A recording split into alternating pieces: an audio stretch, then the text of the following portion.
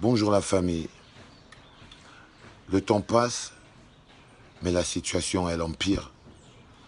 La fracture continue de se creuser et on n'arrive pas à trouver la solution. La crise anglophone, aujourd'hui, met en lumière une énorme fracture sociale.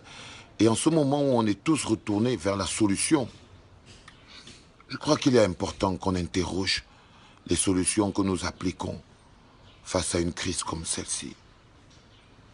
J'ai entendu des gens dire qu'il suffit que le président de la République se rende dans le nord et le sud-ouest du Cameroun, comme bon Dieu, comme ça pour que le problème il s'arrête. Ça aurait pu marcher au début. Ça aurait pu marcher au début de la crise. Mais aujourd'hui, trop de peine, le sang a coulé, la fracture s'est fracturée encore un peu plus qu'une simple visite du président de la République dans le nord et le sud-ouest sera peut-être pas suffisant, va falloir faire un peu plus. Aujourd'hui, à la mode, il y a ce qu'on appelle le dialogue. Tout le monde a ce mot à la bouche. Il nous faut un dialogue. Mais il faut savoir que la nature du dialogue a un impact énorme sur la continuité ou l'arrêt du conflit. Un dialogue, c'est les conditions de dialogue. Un dialogue, c'est entre qui et qui. Qui représente quoi? C'est qui dialogue avec qui. Les qui font partie de la table de dialogue. C'est très important d'interroger la solution qui est le dialogue, qui pour moi est aussi la solution, ne vous y méprenez pas. Mais un dialogue, ça tient compte de l'état d'esprit mental, psychologique des personnes qui sont assises autour de la table.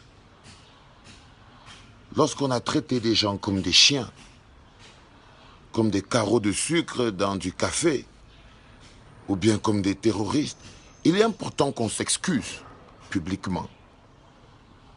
Il est important qu'on fasse amende honorable pour mettre sur pied les bases d'un dialogue réel, sincère. C'est très important. Il est difficile de parler de dialogue lorsqu'on est rempli d'arrogance, lorsqu'on est méprisant. Il va falloir qu'on revoie nous-mêmes les conditions du dialogue, l'acceptation de sa faute et faire amende honorable. N'oublions pas que la dernière tentative de dialogue s'est soldée par la mise en prison des leaders de la contestation anglophone. Pour ma part, je crois que le peuple camerounais, tous, nous faisons partie du dialogue.